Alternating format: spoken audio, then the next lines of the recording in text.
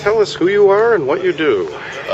I'm Steve Masur. I'm a senior attorney at MasurLaw, and MasurLaw is a firm that does venture investment transactions all the way through M&A, so it's a corporate practice.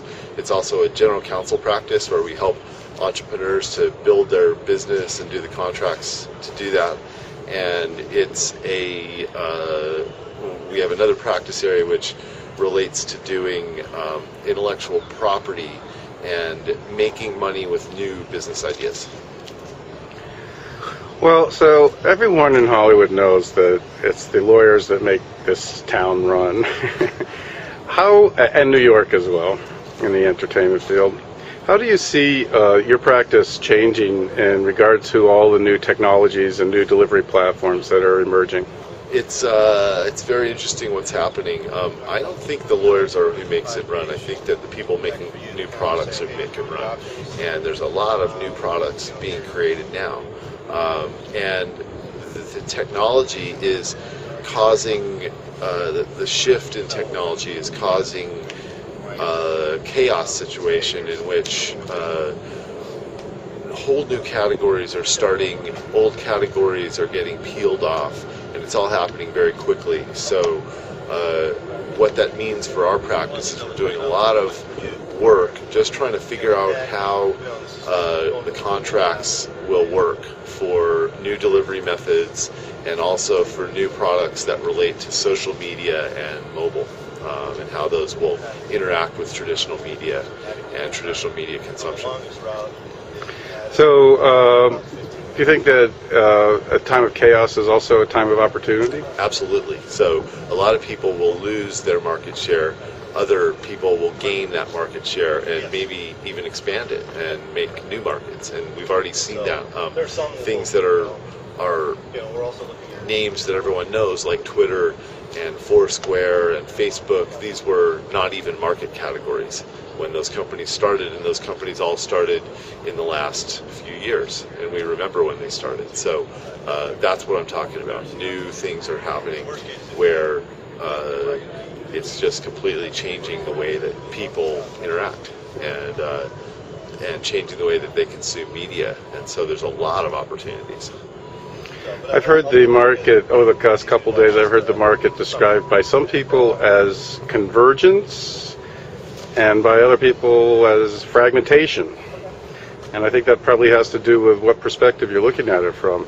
I think for the studios, as someone was saying in your panel, there are a lot of challenges in terms of how they deal with the new realities.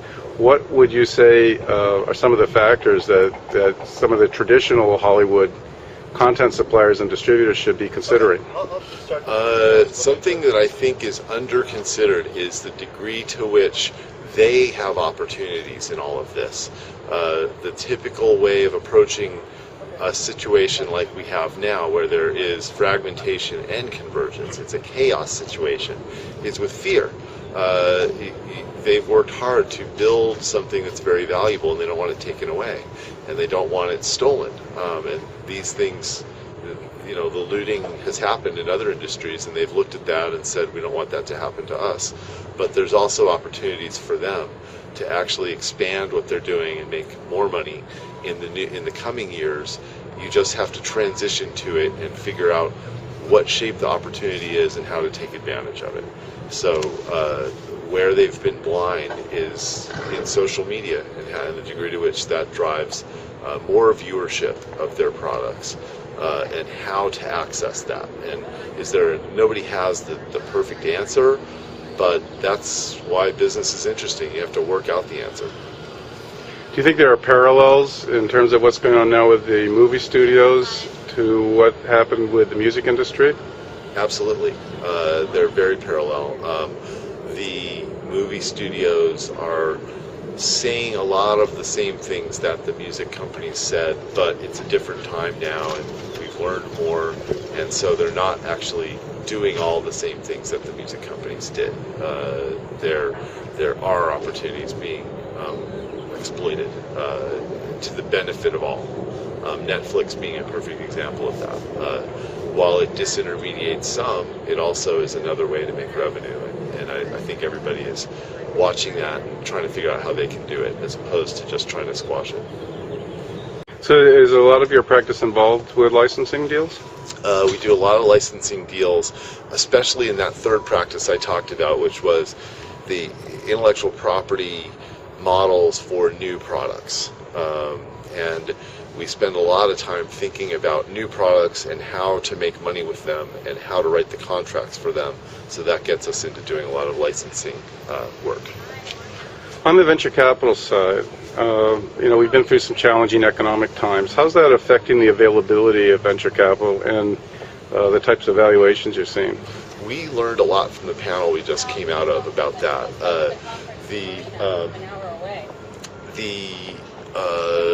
I just lost my train of thought. Wonder why? Okay, let me ask that question again. Given the difficult economic climate that seems to be improving, what's your sense of the availability of venture capital, and how have the venture capital firms changed their ways of doing business? Okay, the availability of venture capital. Right now, there is an availability of venture capital. Last year, there was not. What will it be like in 5 years? Well, that's the hard question to answer. One of the panelists actually shed some light on that and said in the next 5 years it's going to be really difficult for the venture capitalists themselves to raise money for their funds. Well, that's going to have a big effect on early stage companies who need, well, many of them need venture capital in order to deliver on their business models. So that means that there'll be less availability of venture capital then. I think right now there's actually quite a bit of venture capital, and the people have described the market as frothy, and my way of talking about that is it's like a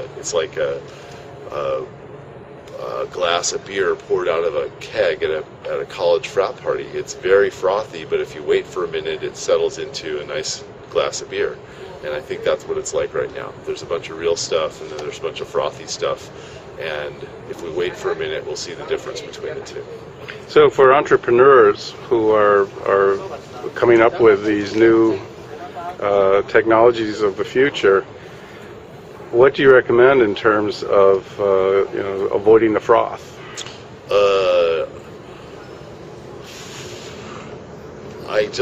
What flashed through my mind was focus on making money, and I think a lot of people focus on a lot of different things, but they don't think about how is this product going to make money. And there's a lot of cool products, but it's not going to survive if it doesn't make money. So spend a lot of time talking to your friends over drinks or whatever you do to have fun about the ideas that you're going to do and about how they're going to make money, because 80% of your ideas will get brushed off the table once you talk about that. So suppose there was some hidden brilliant genius who's been kicking around Hollywood and has come up with a really fundamentally new way to recreate the entertainment industry. What's your advice in terms of trying to value the potential of something that's fundamentally new, and what are the tools that you can use to convince investors that something that's never been tried before and can't be proven until it's done is worth investing in? I have a pretty simple answer to that, which is if you can build a prototype and show people, talk to the customers. If it's an entertainment product, you build it and then you invite people in a small way. And if you can get people really excited about it that way, then you know that it's something that is worth more and it's worth building on. And it'll be easier to convince investors once they see that people are excited about it. Just like promoting a band.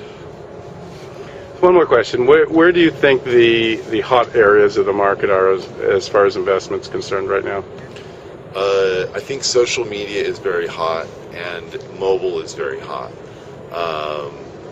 And the reason is that all of the ideas haven't been thought of in those two areas. There's a lot that remains unbuilt.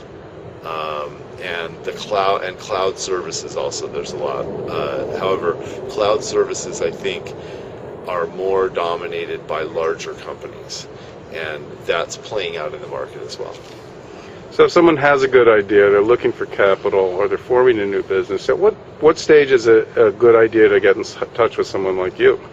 A great time is very lightly at the beginning, when you start having to think about how you're going to divvy up the company as between you and your partners. And then the best time is when the money comes. In other words, when you have to do contracts with a venture capitalist or with a serious customer, that's the best time to engage an attorney. Great. Thank you very much, Steve.